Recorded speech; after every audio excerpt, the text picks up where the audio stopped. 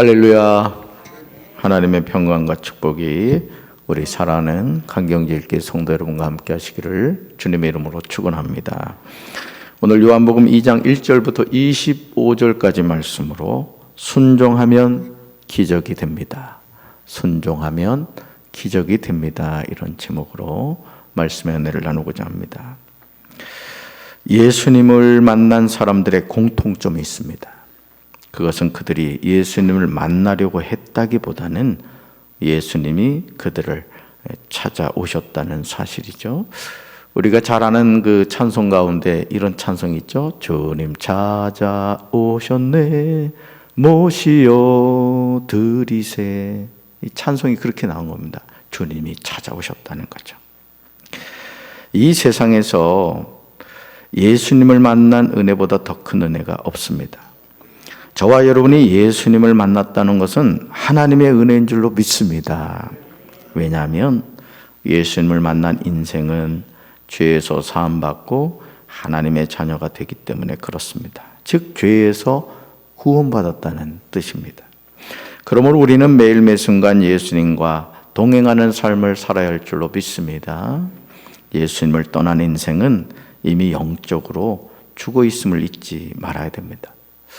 또 둘째 아들이 아버지의 재산을 가지고 이웃나라로 가서 얻은 것이 무엇입니까? 그는 아버지의 유산을 받아서 허랑방탕한 삶을 살았죠. 결국 우리가 이 세상을 살면서 그토록 얻기를 원하는 많은 것들이 있어요. 그렇죠? 그것을 굳이 말한다면 부귀영화라고 우리는 표현하죠. 부귀영화, 무병장수, 누구나 꿈꾸는 것이죠. 그런데 과연 그것을 얻어서 정말 가치 있고 의미 있게 쓰는 사람들이 얼마나 있겠습니까? 우리는 둘째 아들을 손가락질을 하기 쉽습니다. 아니 아버지의 유산을 그렇게 허비할 수 있느냐고 판단하기 쉽습니다. 하지만 가만히 돌이켜 보시기 바랍니다. 과연 우리는 하나님이 무상으로 제공해 주시는 시간, 건강, 물질을 과연 주님을 위하여 사용하고 있습니까? 오직 자기 자신만을 위해서 쓰고 있지는 않습니까? 여러분 잊지 마시기 바라요. 우리 자신이 예수님의 비유에 나오는 탕자임을 기억해야 됩니다. 이 사실을 알고 회개할 때 우리 삶에 소망이 있습니다. 첫째로 3절을 보시면 인생은 언제나 포도주가 부족한 상태에 있음을 알고 예수님을 만나야 합니다. 우리는 인생을 심오하게 생각하는 경향이 있습니다. 하지만 가만히 돌이켜 보시기 바랍니다. 인격을 가진 사람으로서 살아가는 자신의 모습이나 나와 함께 생활하고 있는 애완견이나 다른 것이 무엇일까요? 사실 애완견은 주인의 명령에 철저하게 순종하려고 합니다. 왜냐하면 그렇게 해야만 자신이 살 수 있다는 사실을 본능적으로 알고 있기 때문에 그렇습니다. 하지만 하나님을 아버지라고 고백하는 저와 여러분의 삶은 어떻습니까?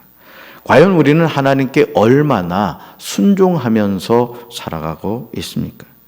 우리는 예수님을 그리스도라고 말하죠. 예수 그리스도란 무슨 뜻이에요?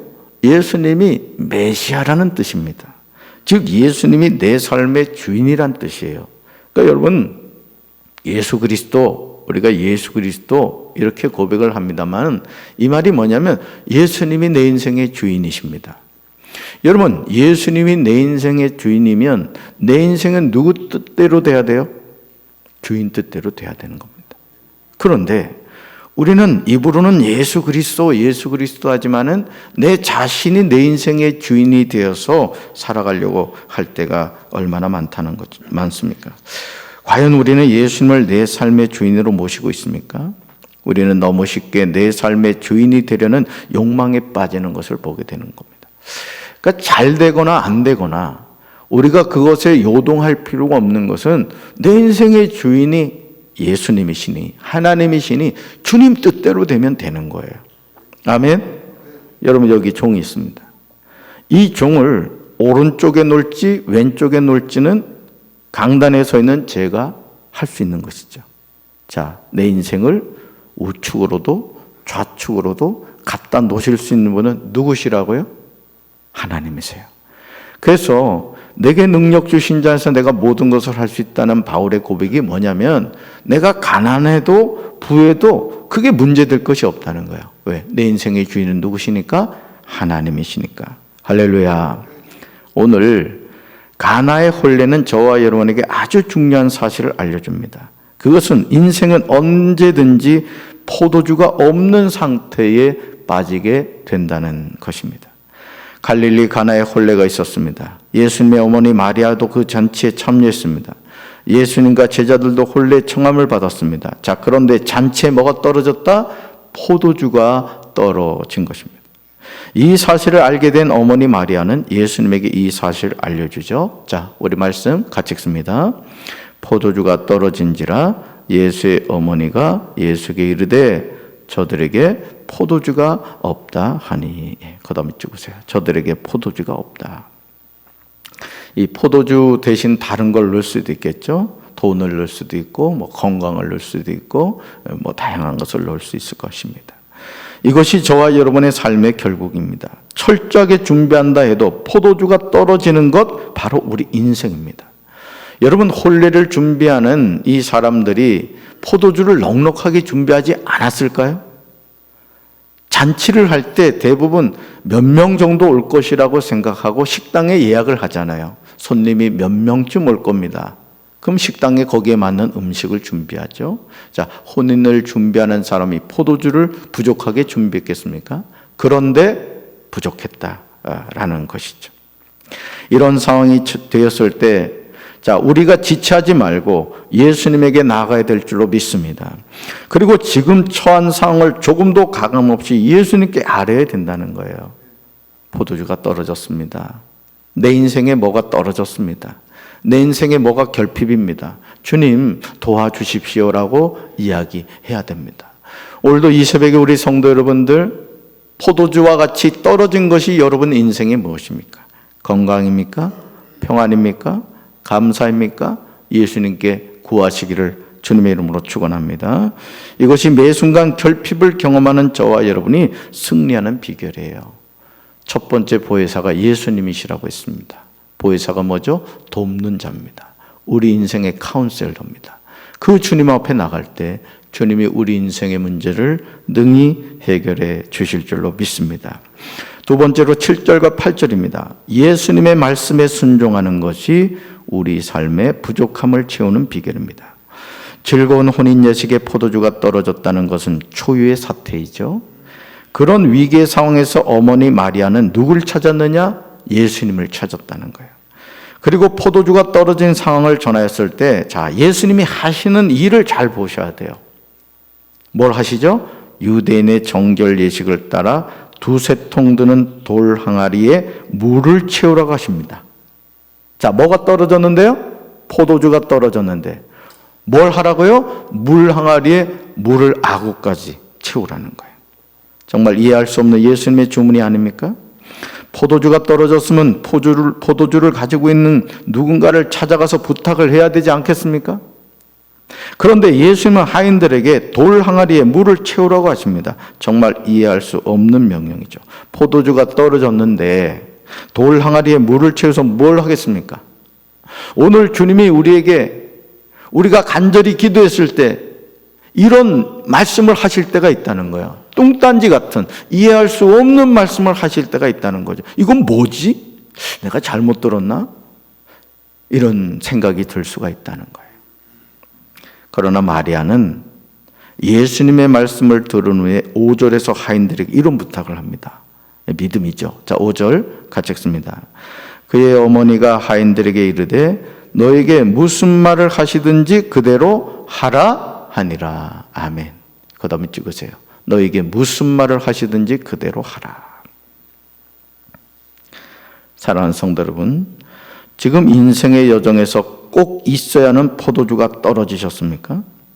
그렇다면 너에게 무슨 말씀을 하시든지 그대로 하라는 마리아의 말에 여러분 순종하시길 바랍니다. 삶의 여정에서 절대로 떨어져서는 안 되는 포도주가 떨어졌을 때 저와 여러분이 지혜롭게 그 문제에 대처할 수 있는 것은 주님의 말씀에 그대로 순종하는 겁니다. 그래서 신앙생활하는 성도들에게 왜 성경이 바이블이 되느냐? 성경 말씀대로 순종할 때 하나님이 우리 인생을 책임져 주신 줄로 믿습니다. 자, 성경은 누구에게 주신 말씀이라고요? 오늘 나에게 주신 말씀이에요. 아멘. 여러분 인생에 포도주 떨어진 게 있잖아요. 여러분 인생에 지금 결핍을 느끼는 게 있잖아요. 자, 그럴 때 뭐 해야 된다? 말씀대로 순종해라. 이거죠. 너에게 무슨 말씀을 하시든지 그대로 하라는 겁니다. 우리가 말씀에 순종했을 때 어떤 일이 일어났을까? 자, 9절로 10절의 기적이 나타나게 되는 거예요. 자, 말씀 읽습니다. 연회장은 물로 된 포도주를 맛보고도 어디서 났는지 알지 못하되 물떠온 하인들은 알더라. 연회장이 신랑을 불러 말하되 사람마다 먼저 좋은 포도주를 내고 취한 후에 낮은 것을 내거늘 그대는 지금까지 좋은 포도주를 두었도다 하니라. 아멘. 자, 그러니까 이런 기적이 일어나기까지 하인들은요, 엄청난 불신앙을 극복해야 했습니다. 여러분, 담임 목사가 때로는 여러분들에게 어떤 일을 맡길 때가 있을 겁니다. 장로님, 이것 좀 해주세요. 권사님, 이것 좀 해주세요. 집사님, 이것 좀 해주십시오. 라고 이야기할 때가 있을 거예요. 근데 여러분 생각으로는 이해가 안 가는 거예요. 목사님, 왜 이런 거를 나한테 시킬까? 그런 마음이 들 때가 있어요. 이렇게 보면요, 여러분 얼굴에 막 써 있어요. 그냥 이해할 수 없음. 자, 하인들의 입장에 한번 대봅시다. 자, 포도주가 떨어진 상황인데 마리아가 말하는 거예요. 자, 예수가 너에게 뭘 시키든지 그대로 해라. 자, 얘기를 들었어요. 자, 그랬더니 예수님이 뭘 시켰어요? 돌 항아리에 아구까지 물을 채우라 한 거예요. 순종하시겠습니까? 순종하시겠어요? 순종하시길 주님의 이름으로 축원합니다. 주님의 일은 이해하고 하는 게 아닙니다. 순종하고 하다 보면 이해가 되는 거예요. 강경제일교가 잘 되는 비결이 뭔지 아십니까? 담임 목사를 중심으로 여러분이 하나 되어서 하나님의 일을 우리가 같이 해가는 거예요. 아멘. 가정에서도 마찬가지입니다. 가정에서도 자녀들이 부모님의 말씀을 잘 따르고 순종할 때 그 가정이 평안해지죠. 자, 하인들은 유대인의 정결 예식을 따라 두세 통 드는 돌 항아리 6이 놓여 있는 것을 알고 있었어요. 자, 예수님이 그 항아리에 뭘 채우라고요? 물을 채우는데 어디까지? 아구까지 채워야 됩니다. 얼마나 수고스럽겠어요. 아니, 포도주가 필요한데 아니 왜 물을 채워? 보통 사람 같으면 입이 이만큼 나와가지고, 그죠? 아마 그 아구에다 물을 채우는 게 아니라 침을 채웠을지도 몰라. 불평하느라고. 그렇죠? 자, 예수님이 뭐라고 그랬어요? 이제는 떠서 연회장에게 갖다 주라는 거예요. 세상에 갈수록 태산이죠. 물 채우는 것도 이해를 할 수 없는데 흔히 여기서 그 말이 나온 것 같아요. 물 먹였다. 이 말이 여기서 나온 것 같아요. 사랑하는 성도 여러분, 만약 여러분이라면 하인들에게 명령하신 예수님 말씀에 순종하겠습니까? 우리가 믿음이 있다고 하지만은 왜 우리가 불신앙 가운데 신앙생활을 하냐면은 자꾸 내 생각이 들어가요. 여러분, 교회 일에 내 생각 넣지 마십시오. 기도하셔서 성령의 이끌림 받으시길 바랍니다. 저는 강경제일교가 담임 목사인 저부터도 인간적인 냄새 풀풀 풍기는 목사가 아니라 성령의 이끌림을 받아 하나님이 기뻐하시는 일을 감당하게 되길 주님 이름으로 축원합니다. 할렐루야. 하나님의 일은요, 하나님 뜻대로 해야 하나님이 기뻐하십니다. 잘 되는 게 중요한 게 아니에요. 하나님의 일은 잘 되는 게 중요한 게 아닙니다. 하나님의 뜻대로 해서 망해도 하나님은 그거 기뻐하세요. 아멘. 내 생각을 넣지 말라는 거예요. 저는 하인들이 돌 항아리에 물을 떠서 하객들에게 가져다 줄 때 여전히 맹물이었다고 생각합니다. 왜냐하면 이 하인들이 분명히 물을 채웠잖아요. 그러면 이 포도주로 이미 바뀐 것을 알았다면 뭔 두려움이 있겠어요? 뭔 불순종을 하겠어요? 그렇죠? 근데 여전히 물이야. 근데 그걸 떠서 누구한테 가요? 하객들에게 갖다 주라는 거예요. 와, 뭘 갖다 주라고요? 포도주를 기다리고 있는 사람들에게, 하객들에게 맹물을 떠다 주라는 거죠. 생각만 해도 끔찍한 순간입니다.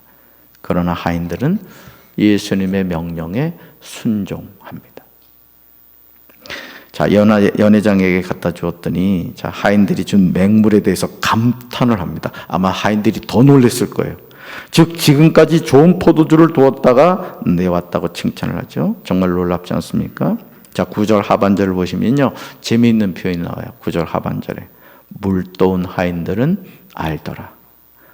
연회장은 어디서 이런 좋은 포도주를 가져왔느냐고 이야기했지만, 물도운 하인들은 알더라는 거예요.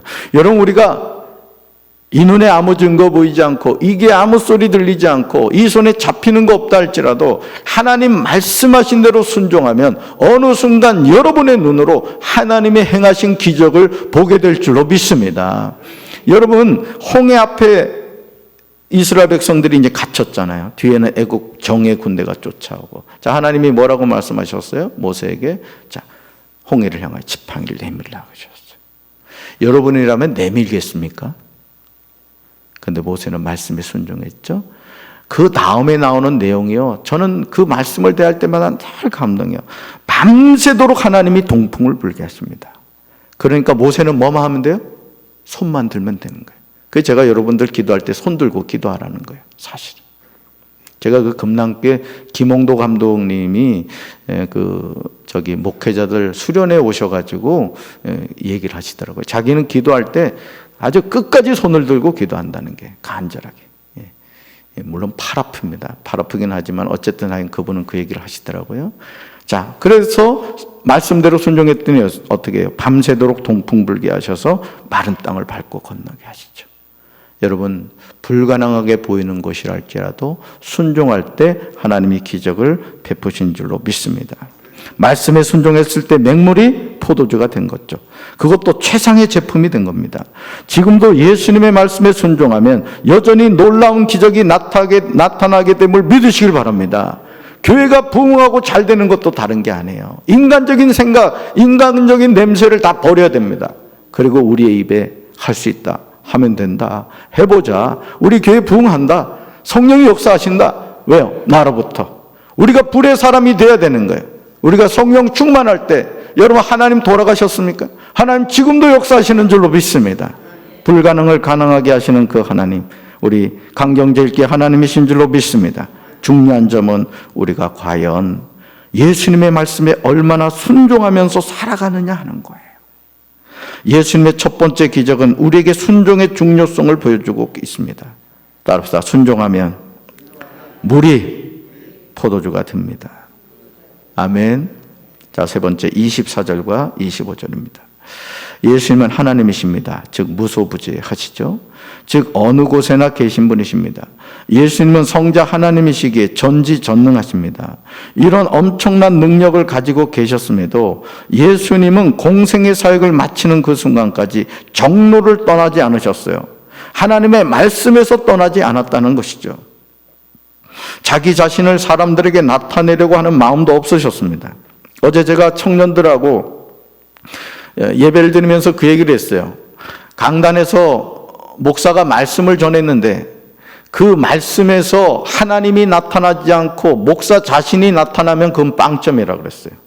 자, 찬양 인도를 하는데 그 찬양을 통하여 예수님이 나타나고 하나님이 나타나야 되는데 찬양을 인도하는 사람이 나타났다. 그건 찬양 인도를 잘못한 거예요. 대표 기도를 했는데 그 대표 기도를 통해서 하나님이 나타나야 되는데 기도하는 사람이 나타나는 것은 그건 빵점 기도라고 제가 했습니다. 저는 우리 강경제일교회에서 오직 하나님만 드러나게 되길 주님의 이름으로 축원합니다. 아버지 하나님이 맡기신 사명을 예수님은 잘 인지하고 계셨어요. 자, 23절 보시면 다음과 같이 기록하고 있습니다. 같이 읽습니다.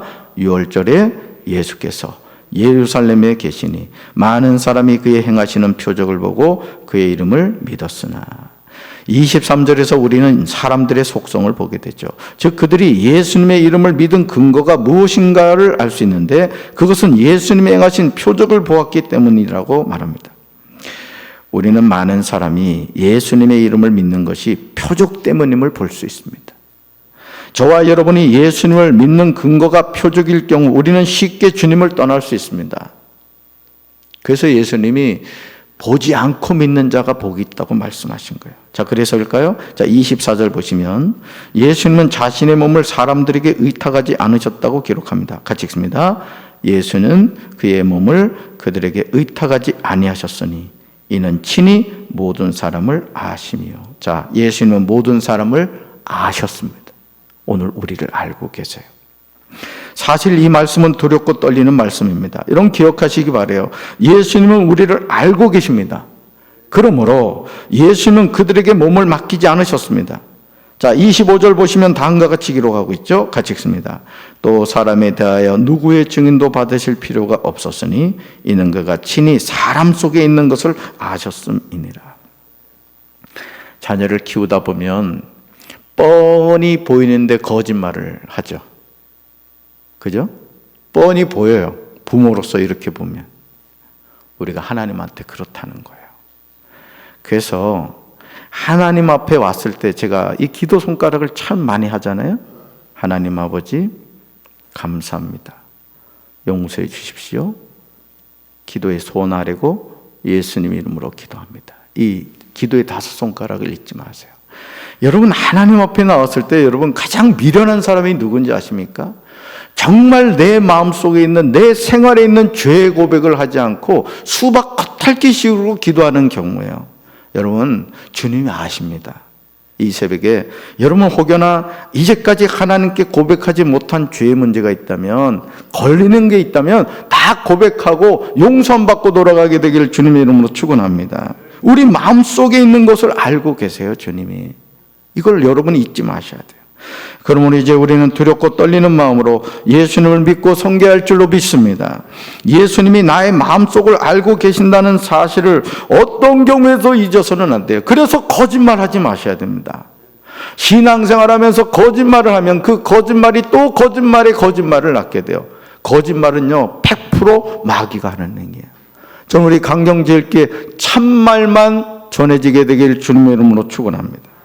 하인들이 예수님의 말씀에 순종했듯이 이제 우리는 항아리에 물을 떠서 연회장에게 갖다 줘야 됩니다. 눈물을 흘리며 씨를 뿌리는 자가 기쁨으로 곡식단을 거두는 겁니다. 여러분이 피곤하더라도 이 새벽에 나오셔서 기도하고, 이제 월요일부터 특별 새벽 기도를 우리가 7일간 할 겁니다. 개근하면은 선물 준다는 것 때문이 아니라 여러분 그 고난 주간에 예수님의 고난이 무엇인가를 여러분이 깊이 묵상하시고, 그래서 4월 4일 부활절 새벽에 부활하신 예수님을 실제로 만나는 우리 강경제일교회 성도들 되기를 주님의 이름으로 축원합니다. 항아리에 물을 떠서 연회장에게 갖다 줘야 됩니다. 그렇게 할 때 물이 변하여 포도주가 될 줄로 믿습니다. 이 기적은 여전히 우리 삶에 일어나고 있다는 사실을 기억하면서 오늘도 그 순종의 자리로 나아가는 우리 사랑하는 성도들 되기를 주님의 이름으로 축원합니다. 가슴에 손을 얹겠습니다. 하나님, 우리는 주일학교 때 예수님이 말씀하시니 물이 변하여 포도주 됐네, 예수님이 말씀하시니 물이 변하여 포도주 됐네 노래를 불렀습니다.